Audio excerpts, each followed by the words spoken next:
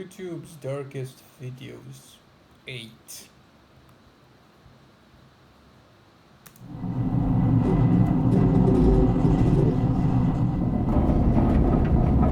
It was 2:46 p.m. when the ground began to shake. Knock it off!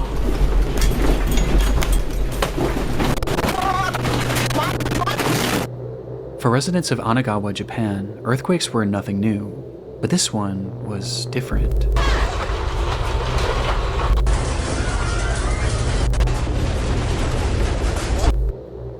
It carried with it a violence that none of the locals had ever felt before, and by the time the shaking had stopped, everyone in the city seemed to be left in a momentary state of shock. This was especially true for the nearly 160 Chinese workers and students that had recently moved to the area, with most having never experienced any earthquake, let alone one of this magnitude. Of these workers were a tight-knit group of 20 women, who had recently been hired as trainees at a company called Sato Susan, a company that sold fresh seafood. And having been at work at the time of the quake, they frantically ran out of the building and stood in the street desperately trying to figure out what to do next, unaware of the fact that the real horrors were still yet to come. In Japan, it's not just the earthquakes you have to worry about, but the tsunamis that often follow, and usually the bigger the earthquake, the bigger the wave. And given that Anagawa was right on the sea and Sato Susan was directly on the shoreline, these women were now standing directly in the path of an impending disaster. Thankfully, their boss, Mitsudo Sato, was well aware of what was to come, and quickly he yelled to the women to seek higher ground. But given their unfamiliarity with the area, Sato knew that he would have to be the one to lead them there. The group readily listened, and they quickly followed Sato as he led them up a set of stairs on a nearby hill, where they eventually reached a shrine that overlooked Anagawa and the sea. It was the highest point in the area, and should keep them safe from what would likely be a massive influx of water. And sure enough, as they neared the top, Sato's fears were already coming true. As the sea had drastically retreated, it was now beginning to push forward, and things were only going to get worse from here. But despite understanding this, it wasn't a deterrent for Sato, as once he deemed the altitude safe enough for this group of women, he then turned around and began to walk back down the hill towards the slowly flooding city. The girls yelled at him asking where he was going, which is when he revealed that down below in his home in Anagawa were his wife and his daughter, who were now directly in the path of this unfolding disaster, and he was going to save them. The girls screamed out to him, begging him not to go, as things had already become incredibly dangerous, but he didn't so much as turn his head as he stepped down onto the street and disappeared from their view. And it was at this time that one of those girls standing high atop the hill began to record.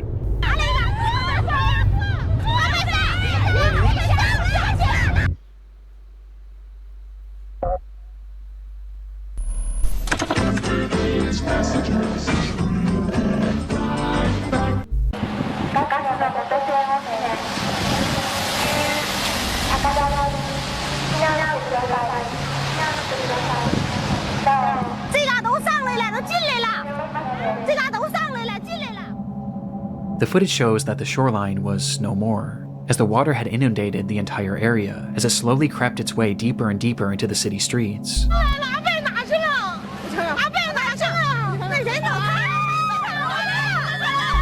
The women were understandably in a panic, trying to make sense of this ordeal that they were now given a front row seat to.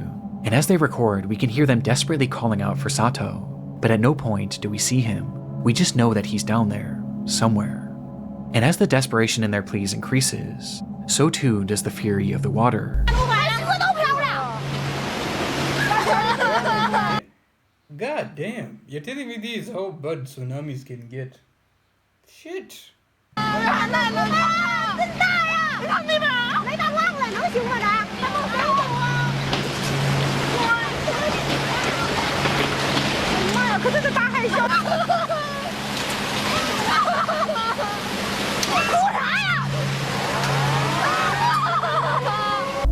They could only watch as Anagawa as they knew it was completely eviscerated.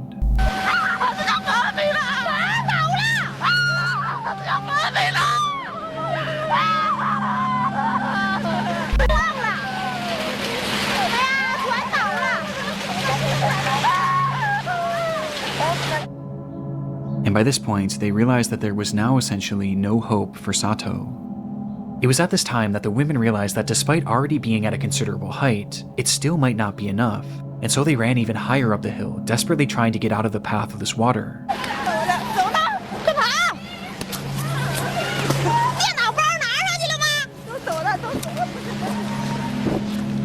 And as they did so, they noticed something down below.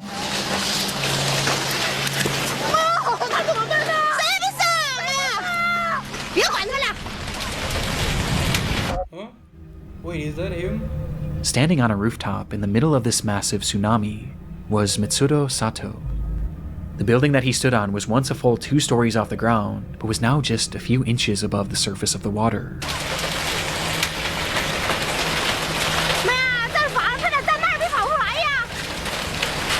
The women again call out to him, this time even more frantically, but at this point... So wait, you're telling me he didn't manage to save his wife and kid? It was no use. And when the camera is taken off Sato for just a split second, we can hear just from the women's reaction the exact moment that he swept away.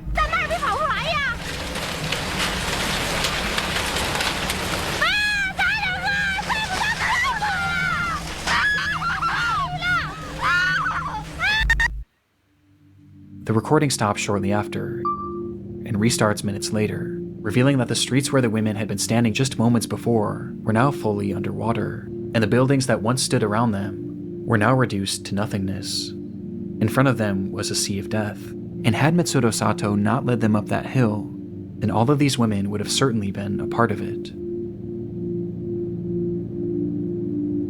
God damn, bro. I mean, he saved the 2 women, but didn't manage to save his wife and kid, and he also ended up. Damn. The date was March 11th, 2011, a day where Japan had been hit by its most devastating earthquake ever, with it ringing in at a magnitude 9.0, which in turn caused the nation's worst ever tsunami, as that day, 19,759 people would lose their lives, with Mitsudo Sato being one of them. But against all odds, his wife and daughter were not part of that death toll, as it's been reported that they were later found alive and unharmed. The devastation that occurred that day is incomprehensible, and all the footage of this disaster could warrant a place in this video, especially the footage of Anagawa, as you can see what it looked like before, during, and after.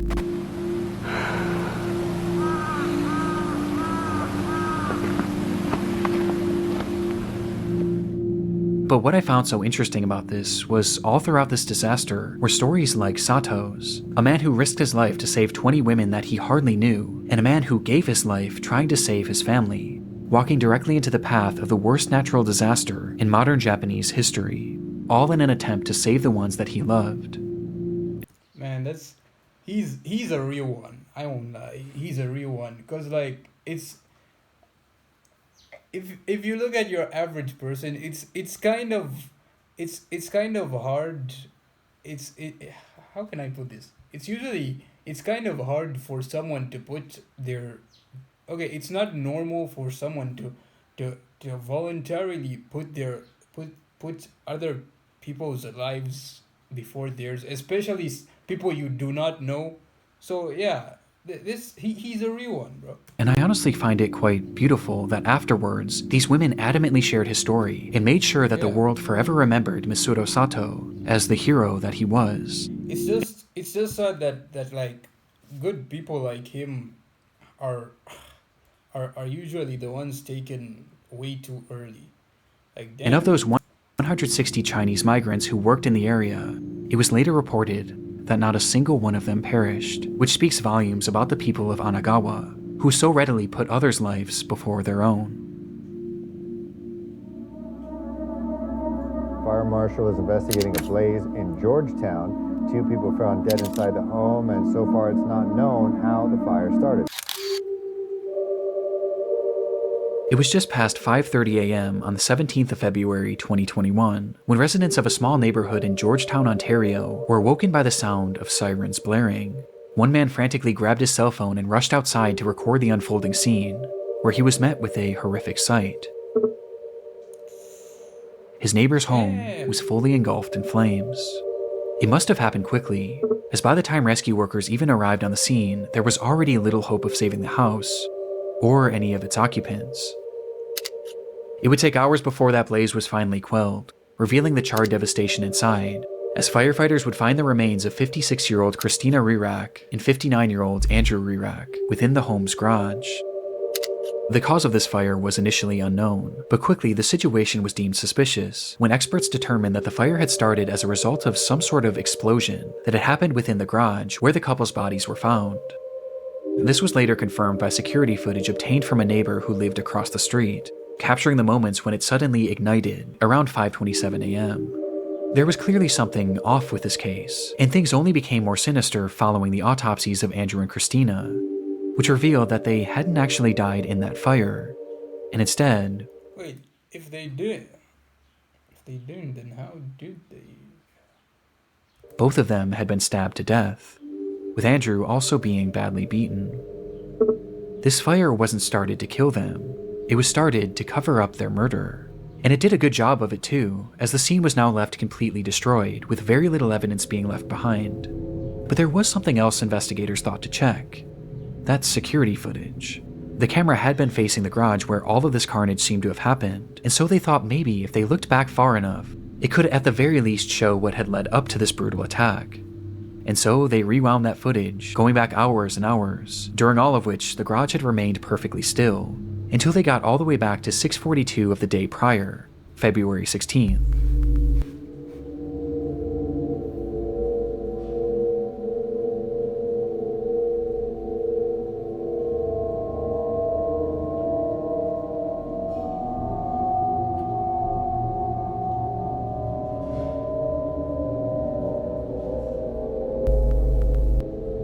The film showed the moments that the couple had arrived home together inside of Christina's car, which Andrew had been driving that night, as he pulled uneventfully into the garage.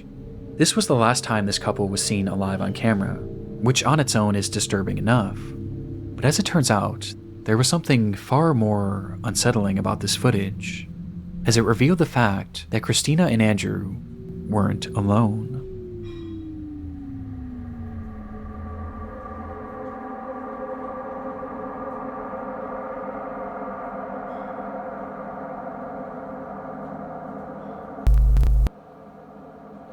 What the?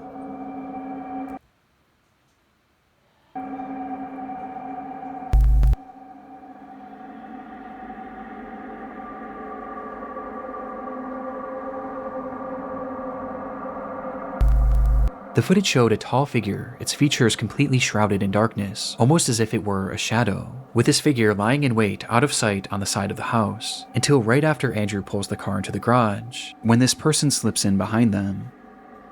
It's impossible to say for sure if the couple noticed this person or not, but it appears that they likely didn't, as they both start to exit the vehicle, to which the figure then ducks down in an attempt to avoid detection.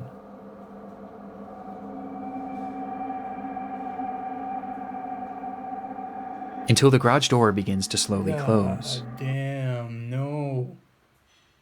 Shit. It's even closing? Ah.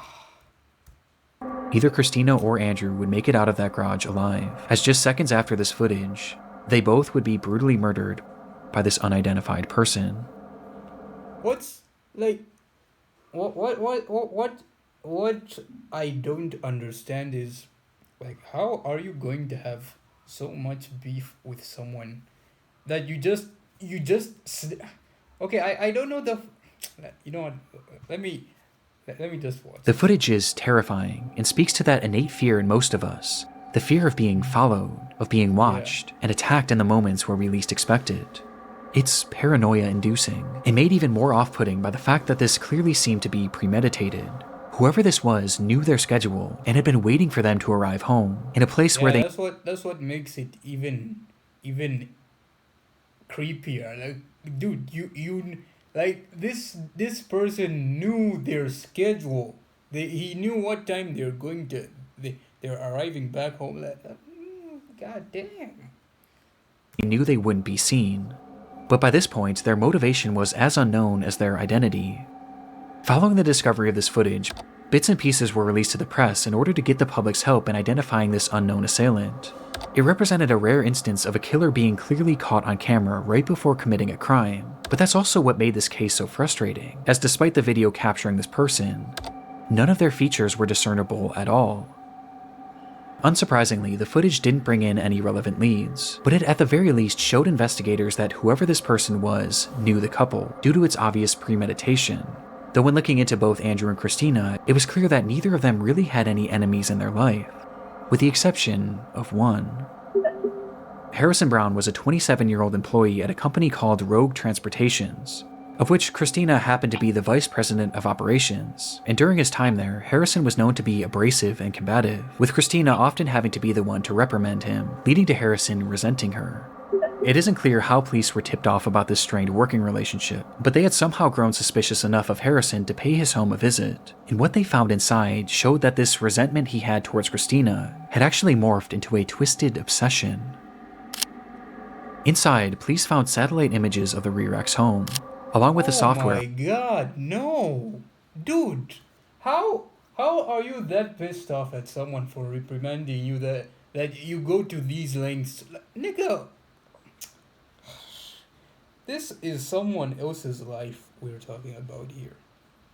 You're ending someone else's life.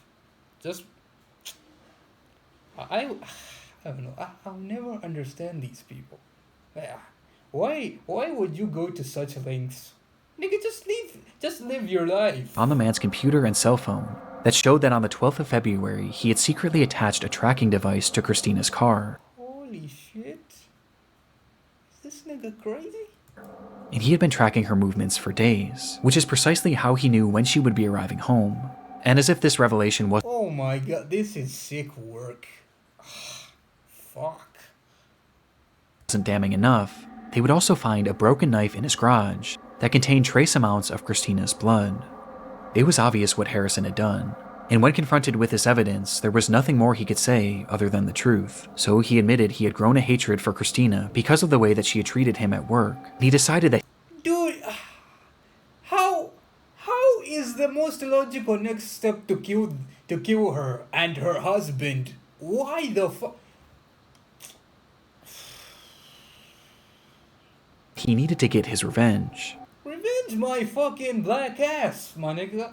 Fuck you. That's when he purchased this tracking device and began obsessing over— like, dude, it's crazy how niggas will you want to kill you want to end someone's life over the most trivial things, my nigga.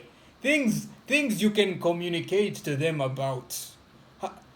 You're telling me you couldn't have solved this with a little bit of communication or some shit? You go...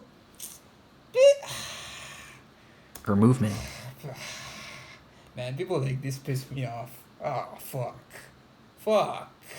Studying them before finding the perfect time and place to strike. And on February 16th, he waited outside the Rearx home. And then your dumbass leaves the what's it called? The evidence. I don't know. Leaves the weapon with the DNA of the murdered in your garage. Like, nigga, how dumb are you? Fuck, nigga. And snuck into their garage before attacking and killing them both. After the assault, Harrison would leave the home, where he began to grow paranoid. I'm glad this nigga is this dumb. I'm glad he is. About being caught, and so he returned to the house the very next morning to start that fire, with the hopes being that the blaze would cover up his tracks. Though thankfully, this didn't work, and after pleading guilty to 2 counts of first-degree murder— yeah, fuck you, nigga— and 1 count of arson, Harrison Brown would be sentenced to life in prison. All 20, LSU, roll over TC. I've got an unresponsive female. I got a male in the car, refusing to get out.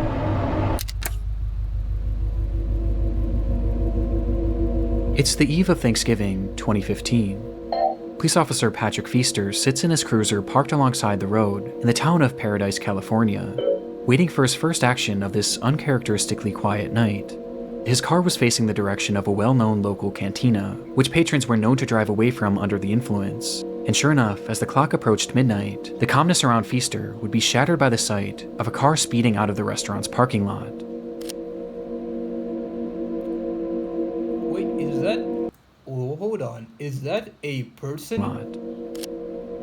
Is that a person right there? Is that a person? That looks creepy as fuck.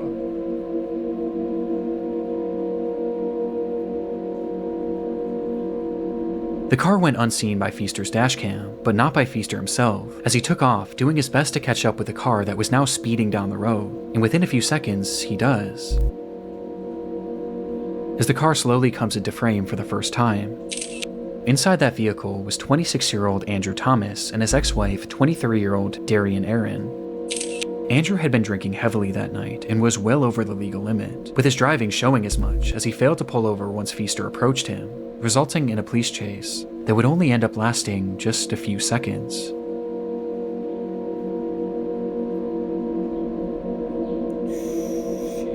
All 29, do you roll over TC, Pearson, just east of Black Olive. Wait, if... Hold on. Was his ex-wife also... Was his ex-wife also intoxicated? Because if she wasn't, she would have been the one to drive. Like Copy, roll over TC, east of Black Olive. As Andrew would drive his car directly into a median, causing the SUV to flip over violently before coming to a halt on its side. In that instant, Darian was ejected from the vehicle, being thrown straight through the windshield and landing onto the asphalt, where, despite still being alive, her injuries were likely unsurvivable. God but Andrew, damn. Okay, it's good that she survived that, but like, eesh. on the other hand, was still inside the vehicle, and he seemed to have been left relatively unharmed. As perhaps being boosted by adrenaline, he quickly tried to crawl his way out of the car in a desperate attempt to check on Darian, with Officer Feaster's dashcam capturing the entire ordeal. Though just as Andrew attempted to do so, we see Feaster step into the frame, where he suddenly draws his gun, and without saying a single word, fires 2 shots at Andrew, Whoa. with one of the bullets appearing to strike him, causing his body to go limp as he falls back into the car. Okay, I think the gun was not called for. I don't think it was necessary. I mean, he would have just apprehended him or some shit, and checked on the lady.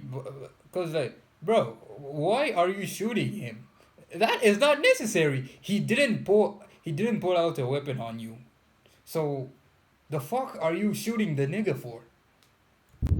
It happened in a literal instant, so fast that it's clear Feaster had most likely accidentally discharged his weapon, as there was no attempt at communication before the shot was fired, with Andrew clearly posing no risk to him, as both of his hands Exactly. So, nigga, why the fuck are you shooting another nigga's ass? were being used to hoist himself up. From the footage, this all seems to be a horrible accident, and one that Feaster seemed to recognize right away, as he rushed up to the car, pointing his flashlight at the man that he had just shot, staring at him for over 10 seconds, trying to make sense of what he had just done, before he finally snaps out of it, and uses his radio to call for backup.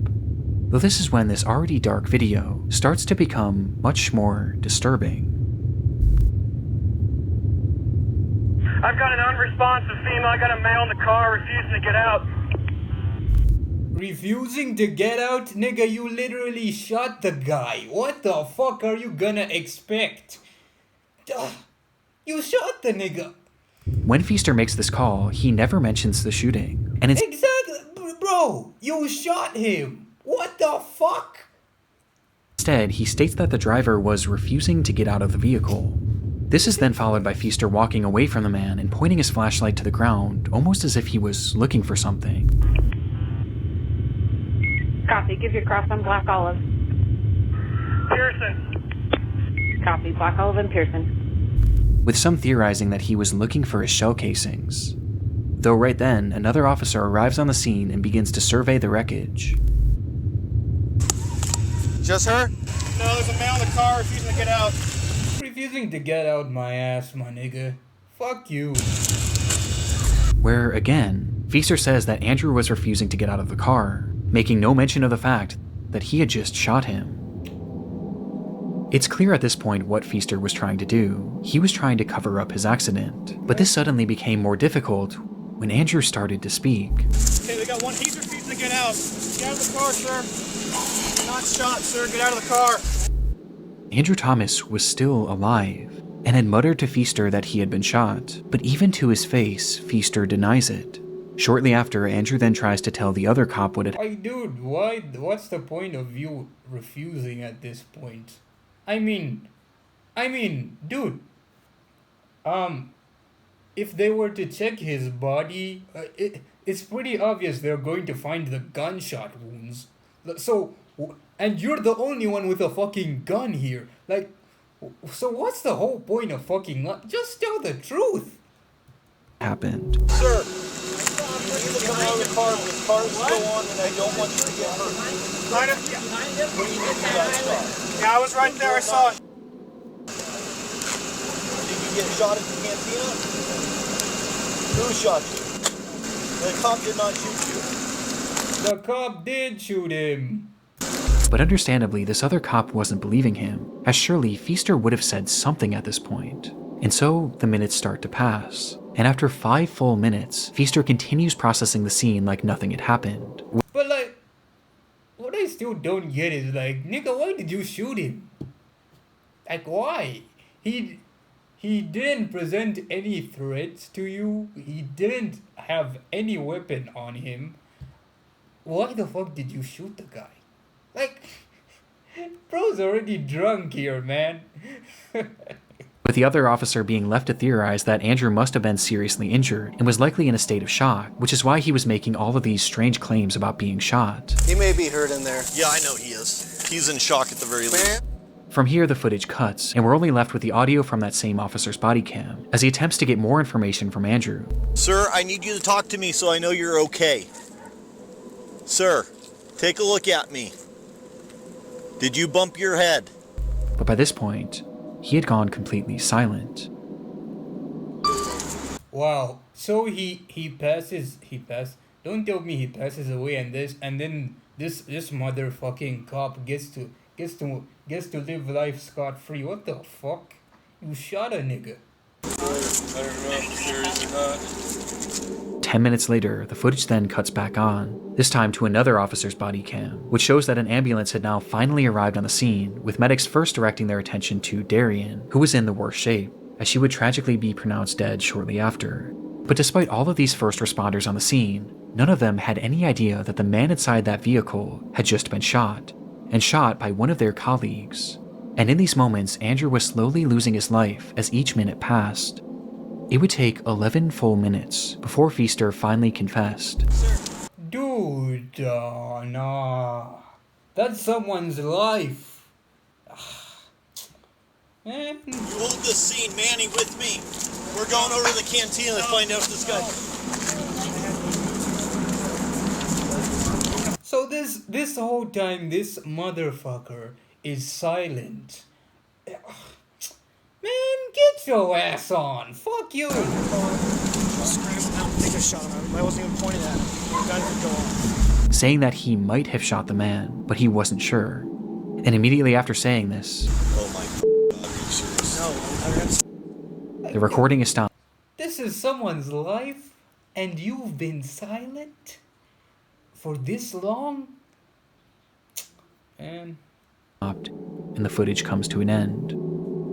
Sure enough, in that moment, Officer Patrick Feaster had in fact shot Andrew Thomas, with a bullet striking him directly in the neck. And the reason why he wasn't getting out of his vehicle was because that gunshot had left him fully paralyzed from the neck down. His condition was awful, and made worse by the length of time that it took for him to receive proper treatment. And despite fighting for weeks, Andrew Thomas would lose his life less than 1 month later due to that gunshot. R.I.P. man. Ah, fuck, no. This... Okay, I can't say this would have been avoided. Okay, it would have been... I mean, he would have received the proper medical care in time if the cop had just been truthful. If he had just been honest about what had happened. No, not this...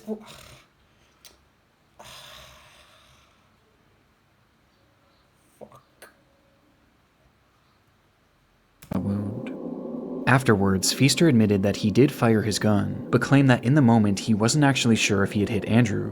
But many found this hard to believe, as his gun clearly goes off while he's pointing it at Andrew, and he Exactly.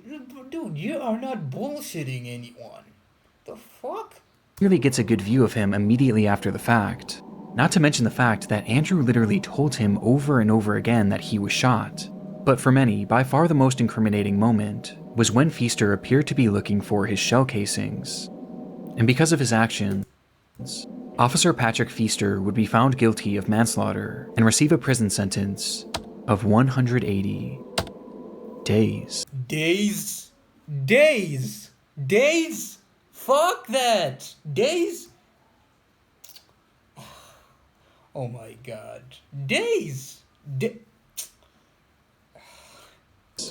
A decision that was heavily contested but ultimately upheld. And while no one is defending Andrew, 180 days. This nigga. This guy shot a nigga for no reason. And he was giving 180 days. 180 days. Thomas's decision to drink and drive that night, Feaster's use of deadly force, and his blatant attempt at covering it up make this footage harrowing nonetheless. And he's given 180 days. 180 days. The nigga died. And he...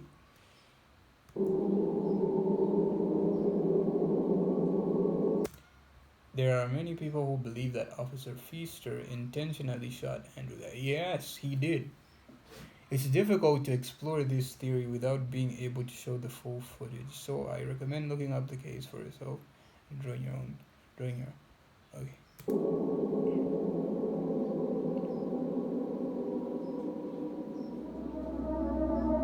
Do this for real, bro. I don't got no problem with giving back, man. I'm the only one out here with a show that's actually giving back, you feel me? And I got proof to show it.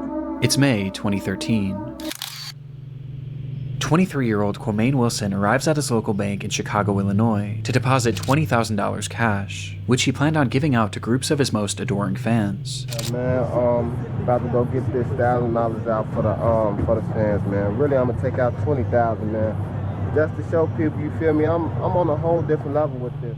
To this point, Quamaine had carved out a respectable following on his YouTube channel, where he acted in a series called The Nick Story. One more word out your mouth, and that's your last. It's your life. I'm gonna take it myself and put it in my graveyard with the rest of them. Along with posting music he made under the name Young QC. Out her song, but not until she's. I know she will. I'm gonna get you. Based on his viewership alone, his success was apparent, and he wasn't shy about showing off the wealth that he claimed to have accrued as a result of it, posting photos and videos of himself flaunting large amounts of cash across his social media pages. But this— Okay, I think doing that isn't the wisest thing to do, cause like niggas are gonna hate.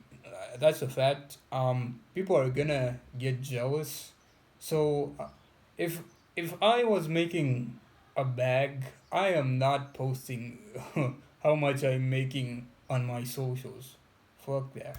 This video was by far his most boastful yet, as he would take that $20,000 and throw it into the air for all of his fans to fight over.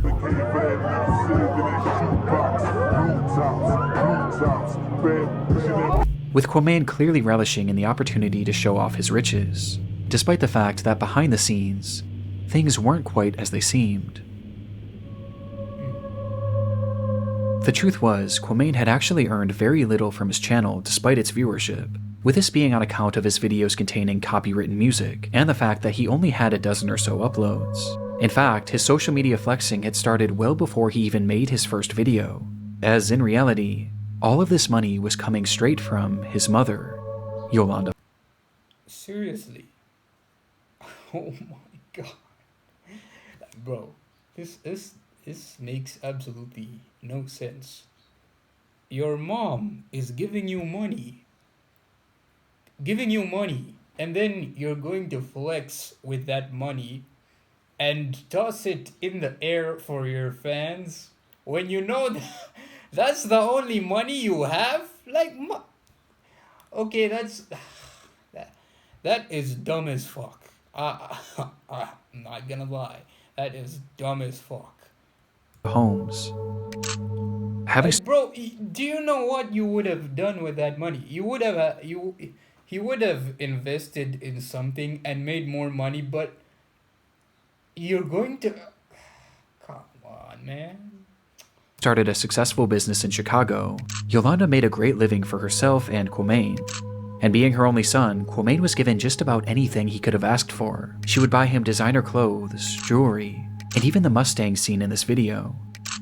But for Quamain, it never seemed to be enough. He wanted to achieve But cause like, bro, I'm still trying to wrap my head around this shit. Cause like, I don't know. Maybe it's cause I'm broke as fuck. But like, the way I view money now, like, I am saving that money. It's either I'm saving that money or I'm investing it in some fucking business, or I don't know, I'm taking it into stocks or something. I'm buying shares or something like that. Fancy schmancy businessman terms.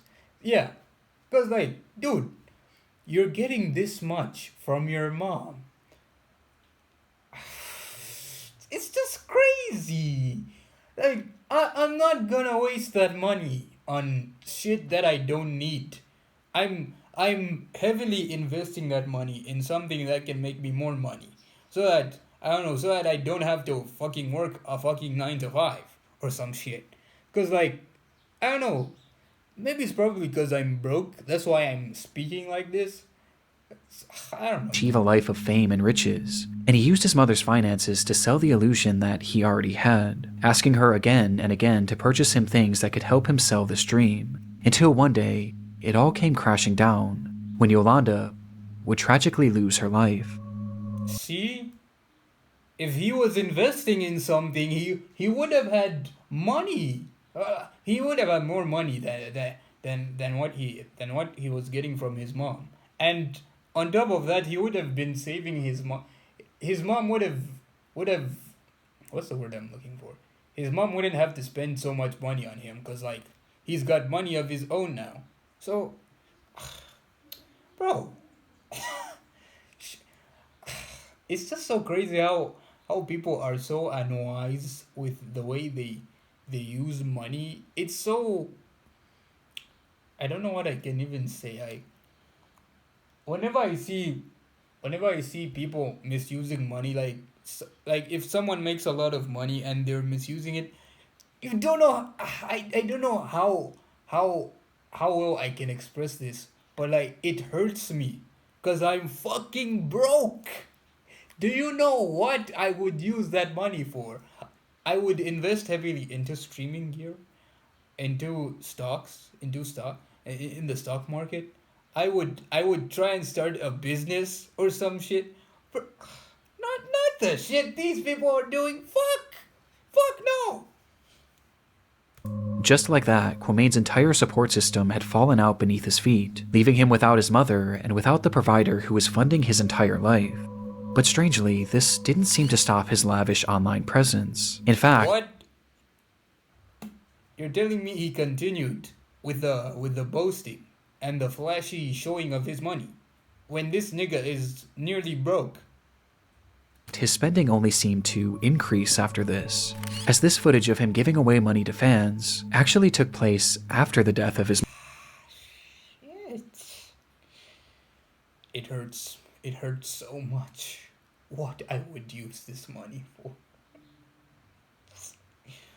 Man, being broke sucks. mother, which became extremely off-putting for law enforcement, as Yolanda hadn't simply passed away, and instead, she had been brutally murdered. What? Don't tell me. Don't. I hope this isn't the case, but don't tell me he did it. Please don't tell me he did it, because that's evil as fuck. You're okay. Quamain had learned something shortly before Yolanda's passing, that not only were his mother's savings entirely willed to him, but she had also taken out 2 life insurance policies, in which he was the sole beneficiary. And despite Yolanda giving him anything that he could have asked for, It seemed that by this point, Quamain had simply grown tired of having to ask. Don't tell me he did it, bro. Fuck.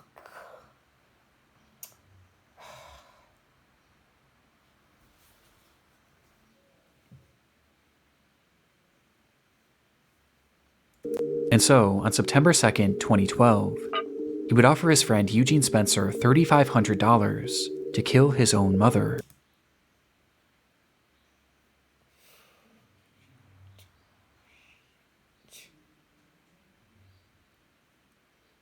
It's so crazy what money can do to people.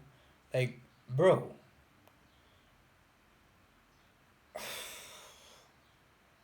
She was going to leave her money with you once she passed away. So there's practically nothing that you're losing. Like, dude. Fuck. Eugene accepted the offer, and that night he would travel to the apartment of Yolanda Holmes late at night, where he entered her room and shot her multiple times as she slept. At the time, her boyfriend had been sleeping. Shit. And the dude didn't even have the guts to do it himself. Fuck him. Fuck you, nigga. Next to her, and despite jumping up and doing his best to fight off the attacker, Eugene would eventually beat him unconscious before fleeing the scene. Eugene would call Quamain immediately after the attack to tell him that the job was done, but rather than Man, this is disgusting. I don't know. feeling any sort of guilt, Quamain instead had no emotion, and he simply stated, "Make sure the bitch is dead." Holy shit, you are being disrespectful on top of all this shit? You bitch ass nigga? Huh? Oh my god, this guy is a bitch. This guy. And so Eugene went back up to that unit, this time brandishing a knife, and repeatedly stabbed Yolanda until he was absolutely certain she was gone.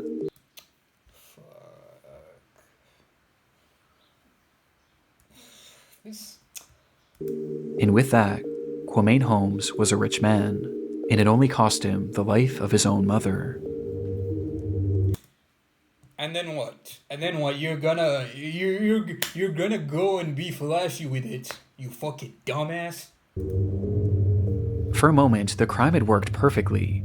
The police were left with no concrete leads as to who might have killed Yolanda, and the public largely believed that it was her boyfriend, whom Eugene had knocked unconscious.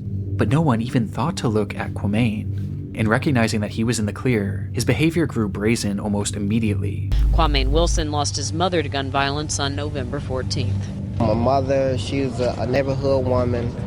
A guy entered Bitch, shut your fucking ass up. the home, and murdered her, just to steal. As he went on TV to talk about his mother's murder, where he peddled the theory to the public that this was some sort of botched robbery, all the while he showed no emotion. He wouldn't even wait a full week before depositing the money, as he took out $90,000 within just the first few days, and immediately began showing it off to his followers. See? Fucking dumbass. Dumbass move. Okay, I'm glad this guy's a fucking dumbass, but like, man, how are you this much of a dumbass? Fuck. And in this footage where he gave away that $20,000, throwing it into the air as if it meant nothing to him, every cent of that had come from the death of his own mother. A death in This guy's sick. Oh my god, this guy's sick. Sick to the core. which he was entirely responsible for. It would take over a full year for Quamain and Eugene to be caught, with police largely being tipped off by his online antics.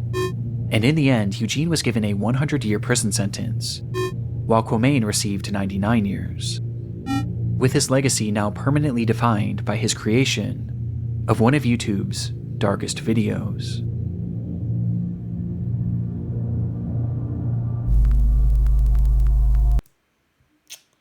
Man, that was a good and insightful video, but like, bro, I am still pissed by the last one.